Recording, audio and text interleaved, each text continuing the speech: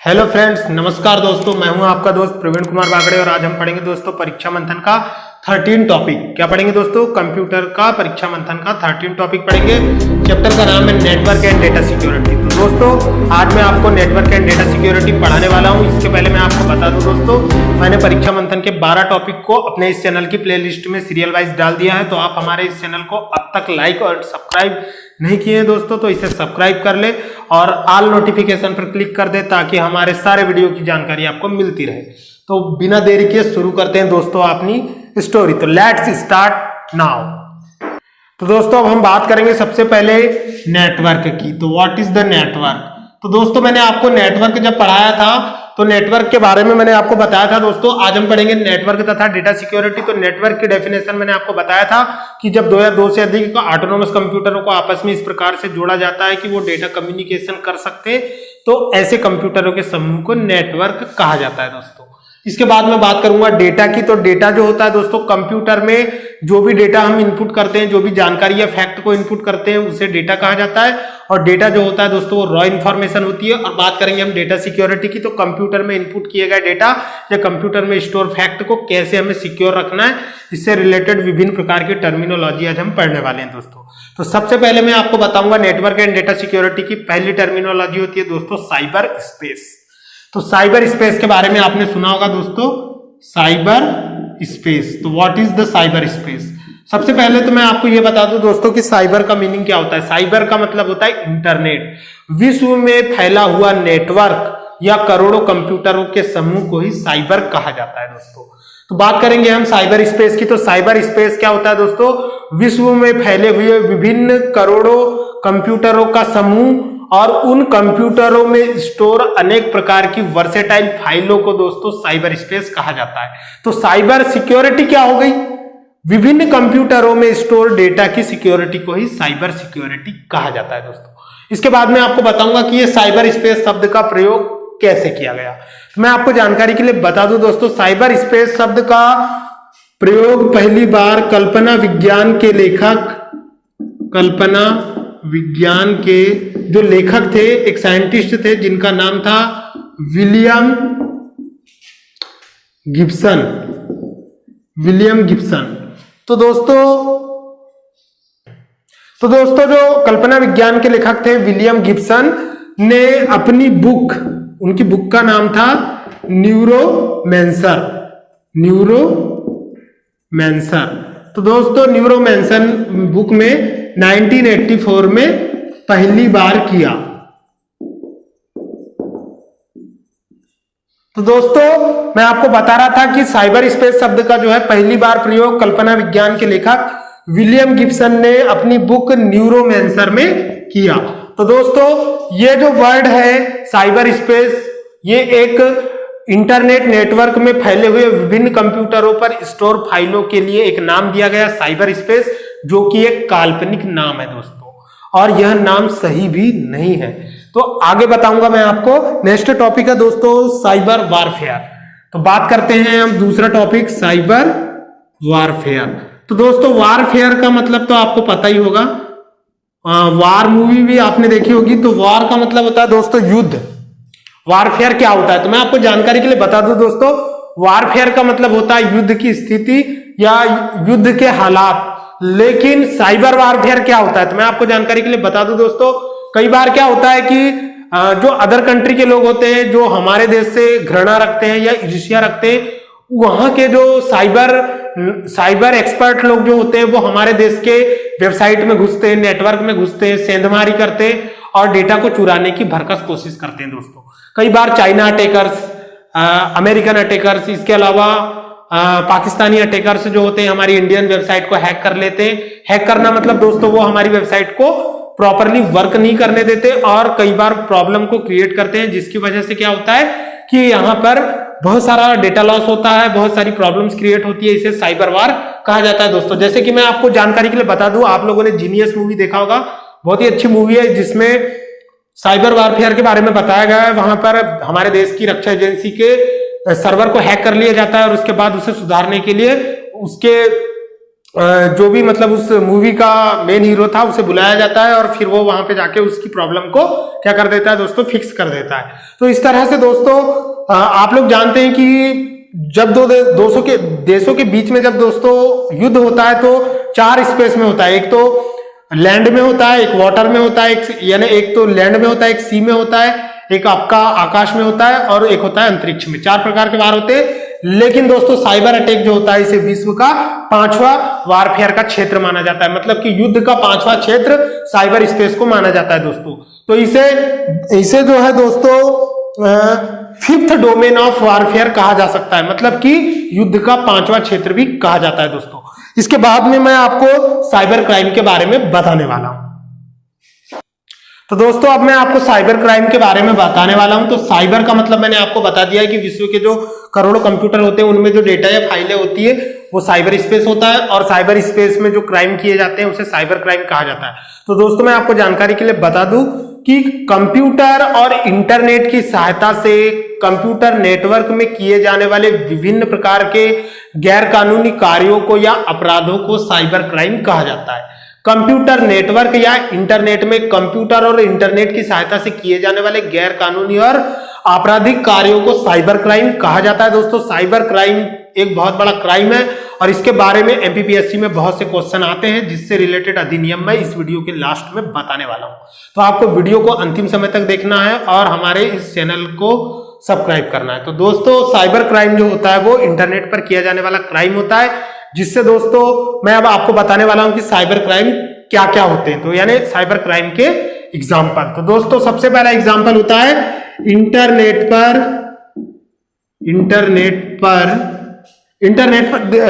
पर किसी को क्या करना, परेशान करना। मतलब कि दोस्तों इंटरनेट पर किसी को फॉलो करना, किसी की निगरानी करना और उसको परेशान करना साइबर क्राइम कहलाता है।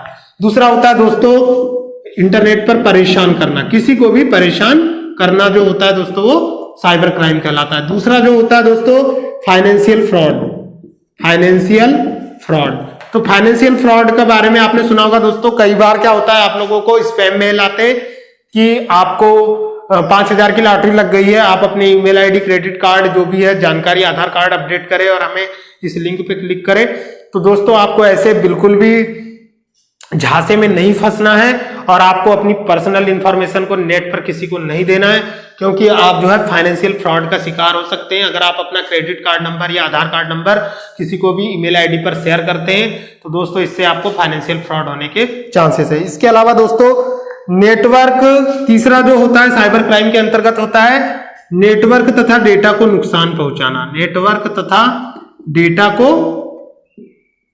नुकसान पहुंचाना यानी हार्म करना।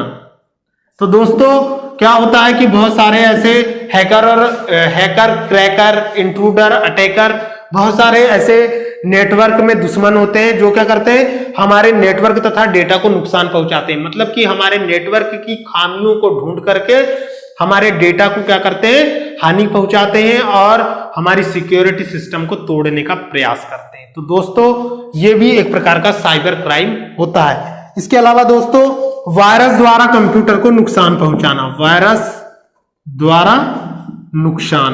तो दोस्तों वायरस के बारे में आपको पता ही होगा। Virus is a malicious program, it's very harmful for our network and our computer and it's full form is vital information resource under seize code. तो दोस्तों वायरस जो होता है इसका पूरा नाम कंपटीशन एग्जाम में पूछा जाता है, जो कि मैंने आपको पहले वीडियो में भी बता चुका है, लेकिन आपको एक बार और रिमाइंड करवा रहा हूं। तो दोस्तों वायरस का पूरा नाम होता है वाइटल इंफॉर्मेशन का मतलब होता है दोस्तों महत्वपूर्ण जानकारी, रिसोर्स यानी संसाधन, अंडर सीज। तो दोस्तों virus is a malicious program and it's very harmful for us and our computers and internet network and virus full form is vital information resource under siege। इसका मतलब यह है दोस्तों वायरस जो होता है एक ऐसा हानिकारक प्रोग्राम होता है, अगर ये हमारे सिस्टम में आ जाए तो हमारे कंप्यूटर की महत्वपूर्ण जानकारी को ब्लॉक कर देता है, जिससे हम उसे यूज नहीं कर पाते और हमारा कंप्यूटर धीमे चलने लगता है, बार बार रीस्टार्ट होता है और कंप्यूटर धीमे चलने लगता है और कंप्यूटर की इंपॉर्टेंट फाइल जो है डिलीट हो जाती है। कई बार कंप्यूटर में दोस्तों मेमोरी स्पेस भरने लगता है। तो वायरस के बहुत सारे प्रभाव होते हैं जो हम बाद में डिटेल में डिस्क्राइब करेंगे। तो वायरस के द्वारा भी कंप्यूटर को नुकसान पहुंचाना क्या कहलाता है? साइबर क्राइम कहलाता है। इसके अलावा दोस्तों साइबर क्राइम में एक और कार्य होता है, वो होता है दोस्तों ईमेल की बॉम्बिंग करना। तो बॉम्बिंग करना मतलब होता है दोस्तों बहुत सारे ईमेलों को भेजना, अवांछित मेलों को भेजना, जिन्हें हम क्या कहते हैं कंप्यूटर में? स्पैम कहते हैं दोस्तों। स्पैम का मतलब होता है कचरा। तो जब आपके ईमेल अकाउंट में बहुत सारे मेल आने लगते हैं तो क्या हो जाता है? उसे ईमेल बॉम्बिंग कहा जाता है। और इससे बचने के लिए आप क्या कर सकते हैं? इससे बचने के लिए ऐसे मेल को बिना खोले डिलीट कर सकते हैं दोस्तों। इसके बाद में इंटरनेट पर गैर सामाजिक तत्वों को डालना और इंटरनेट पर अनावश्यक चित्रों को भेजना भी एक प्रकार का साइबर क्राइम होता है दोस्तों। जैसे अगर आप किसी को फेसबुक में गलत प्रकार के कंटेंट भेजते हैं या अनयूजफुल डेटा भेजते हैं तो वो भी एक प्रकार का साइबर क्राइम कहलाता है दोस्तों। इसके बाद में मैं आपको साइबर क्राइम से बचने के उपाय बताऊंगा, how to prevent cyber crime. आगे बढ़ते हैं। तो दोस्तों अब मैं बताने वाला हूं आपको कि साइबर क्राइम से कैसे बचे, way to prevent cyber crime. तो दोस्तों साइबर क्राइम से बचने के बहुत से तरीके हैं जिनके बारे में मैं आपको डिटेल में डिस्क्राइब करने वाला हूं। सबसे पहले बताऊंगा दोस्तों कि साइबर क्राइम से कैसे बचे। तो दोस्तों सबसे पहले ये समझ लीजिए कि साइबर क्राइम क्या है। जो मैंने आपको पहले ही बताया कि इंटरनेट में कंप्यूटर और इंटरनेट की सहायता से किए जाने वाले अपराधों को साइबर क्राइम कहा जाता है। इससे बचने के लिए आपको कंप्यूटर सिक्योरिटी को अप्लाई करना पड़ता है। तो कंप्यूटर सिक्योरिटी के विभिन्न टूल्स जो होते हैं वो मैं आज आपको बताने वाला हूं। तो सबसे पहला तरीका होता है दोस्तों लॉग इन आईडी और पासवर्ड। तो दोस्तों आप अगर इंटरनेट में साइबर क्राइम से बचना चाहते हैं तो अगर आप इंटरनेट का यूज कर रहे हैं तो आपको अपनी लॉगिन आईडी और पासवर्ड को हमेशा सिक्योर रखना चाहिए, प्राइवेट रखना चाहिए, किसी से शेयर नहीं करना चाहिए, जिससे आप साइबर क्राइम से काफी हद तक बच सकते हैं दोस्तों। अगर आपका फेसबुक का पासवर्ड है या फिर आपके मोबाइल का पासवर्ड है या फिर आपके जीमेल अकाउंट का पासवर्ड है या आपका यूट्यूब अकाउंट का पासवर्ड है तो उसे आपको बिल्कुल शेयर नहीं करना है दोस्तों। तो लॉगिन आईडी और पासवर्ड को आपको समय समय पर बदलते रहना है और लॉगिन आईडी नहीं दोस्तों, पासवर्ड को समय समय पर बदलते रहना है। इसके अलावा एक और एडिशनल फीचर होता है दोस्तों जिसकी सहायता से आप अपने अकाउंट को और अधिक सिक्योर रख सकते हैं, जिसे कि हम दोस्तों टू फैक्टर ऑथेंटिकेशन भी कहते हैं। Two factor authentication. तो ये क्या होता है दोस्तों, आप जो है अपना फेसबुक अकाउंट अगर बनाते हैं या फिर व्हाट्सएप अकाउंट बनाते हैं तो जब भी आप अपने अकाउंट में लॉगिन करते हैं तो टू फैक्टर ऑथेंटिकेशन क्या होता है दोस्तों, आपके मोबाइल नंबर पर एक ओटीपी जनरेट करके भेजता है जो ओनली 10 मिनट के लिए एप्लीकेबल होता है। उसके बाद ये एक्सपायर हो जाता है। तो जब भी आप लॉगिन करते हैं किसी न्यू डिवाइस में, न्यू ब्राउजर में, तो दोस्तों आपको एक कोड भेजा जाता है जिसकी सहायता से आप हर बार एक नए सिरे से लॉगिन कर सकते हैं। तो ये आपके अकाउंट की सिक्योरिटी के लिए ज्यादा एप्लीकेबल होता है और ज्यादा एप्रोप्रिएट होता है दोस्तों। इसके अलावा मैं आपको बता दूं एंटीवायरस सॉफ्टवेयर का प्रयोग। तो आपको अगर दोस्तों साइबर क्राइम से बचना है तो एंटीवायरस सॉफ्टवेयर का प्रयोग करना चाहिए, क्योंकि बहुत सारे हैकर और इंट्रूडर जो होते हैं वो क्या करते हैं कि आपके कंप्यूटर में वायरस भेजते हैं और आपके कंप्यूटर के डेटा को चुराने का प्रयास करते हैं। अगर आप एंटीवायरस का यूज करोगे दोस्तों तो वो वायरस से प्रिवेंट करेगा आपके सिस्टम को और वो ऐसे वायरस आपके कंप्यूटर में नहीं आ पाएंगे जो आपके डेटा को चुरा सके और आपके अकाउंट का गलत उपयोग कर सके। इसके अलावा दोस्तों कुछ एंटीवायरस सॉफ्टवेयर के नाम मैं आपको बता दूं, जैसे नॉर्टन, मैकॉफी, नेट प्रोटीटर, नॉर्टन, इस टाइप के जो होते हैं दोस्तों एंटीवायरस होते हैं। और एंटीवायरस सॉफ्टवेयर का प्रयोग जो है दोस्तों कंप्यूटर में डेटा सिक्योरिटी के लिए किया जाता है, कंप्यूटर को वायरस से बचाने के लिए किया जाता है।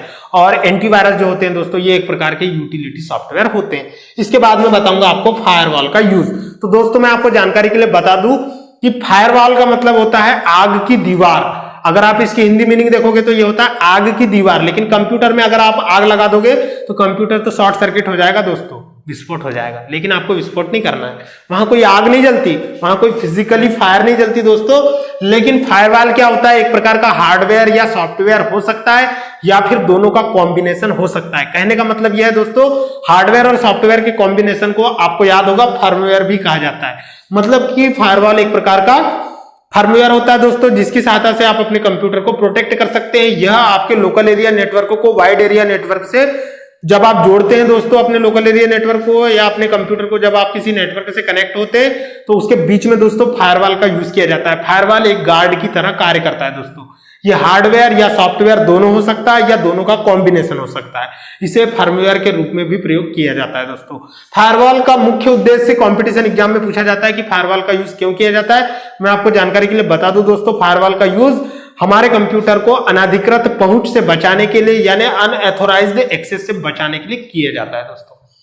इसके बाद में मैं बात करूंगा डेटा का बैकअप रखना, मतलब कि आपका जो महत्वपूर्ण डेटा है इंटरनेट में उसमें जो महत्वपूर्ण जानकारियां हैं उसकी एक और कॉपी बनाकर रखना, ताकि अगर आपके ओरिजिनल डेटा को किसी वायरस के द्वारा करप्ट कर दिया जाता है या किसी अटैकर के द्वारा इनक्रिप्ट कर दिया जाता है तो आप अपने ओरिजिनल डेटा को रिट्राइवल कर सके। इसीलिए डेटा बैकअप भी बहुत जरूरी होता है दोस्तों। इससे हम काफी हद तक साइबर क्राइम से बच सकते हैं। इसके अलावा दोस्तों प्रॉक्सी सर्वर का यूज करना, तो सबसे पहले मैं आपको बता दूं सर्वर क्या है।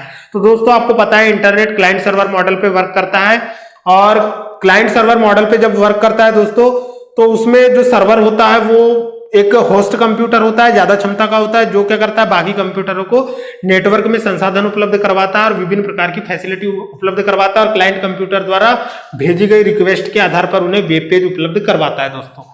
तो प्रॉक्सी सर्वर जो होता है एक प्रकार का मैनेजर होता है, जो कि मेन सर्वर और क्लाइंट के बीच में होता है, जो एक फिल्टर की तरह कार्य करता है और क्लाइंट के द्वारा भेजी गई रिक्वेस्ट को जांचता है और फिर उसे मेन सर्वर को भेजता है। जिससे क्या होता है दोस्तों, जो स्ट्रेंजर्स क्लाइंट होते हैं या जो इंट्रूडर होते हैं या जो अटैकर होते हैं या जो हैकर होते हैं, उन्हें प्रॉक्सी सर्वर हमारे सिस्टम को एक्सेस करने से बचाता है, फिल्टर करता है। इसीलिए प्रॉक्सी सर्वर का यूज करना चाहिए दोस्तों। इससे आप साइबर क्राइम से काफी हद तक बच सकते हैं। इसके बाद में बताऊंगा दोस्तों डेटा को इनक्रिप्ट करना। तो आपको मैंने डेटा कम्युनिकेशन पढ़ाया है, तो डेटा कम्युनिकेशन में एक टेक्नोलॉजी होती है दोस्तों जिसके बारे में मैं थोड़ा सी जानकारी दूंगा आपको, जिसे क्रिप्टोग्राफी कहा जाता है। तो व्हाट इज क्रिप्टोग्राफी? तो क्रिप्टोग्राफी दोस्तों एक बहुत ही महत्वपूर्ण टॉपिक है। सीपीसीटी में इससे रिलेटेड बहुत से क्वेश्चन आते हैं, एमपीपीएससी में भी आते हैं, बैंकिंग में भी आते हैं और रेलवे में भी आते हैं। तो दोस्तों व्हाट इज क्रिप्टोग्राफी?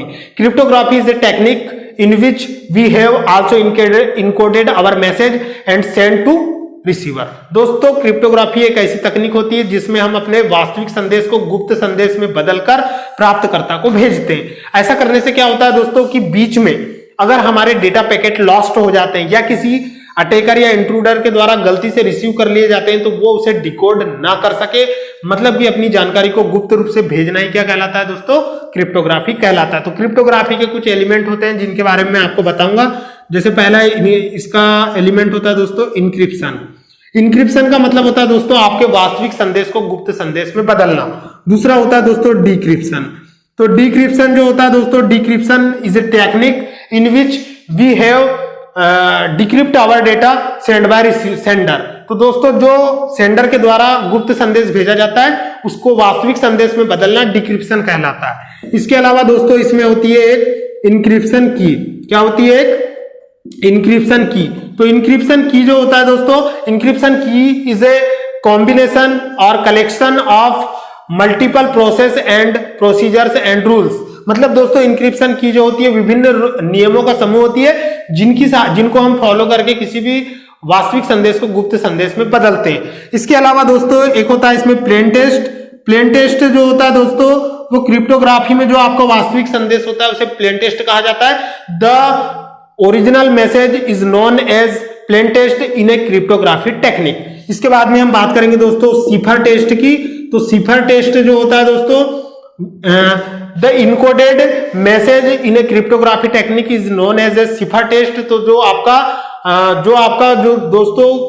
आपका गुप्त संदेश होता है, जो वास्तविक संदेश को गुप्त संदेश में बदला जाता है उसे सिफर टेस्ट कहा जाता है।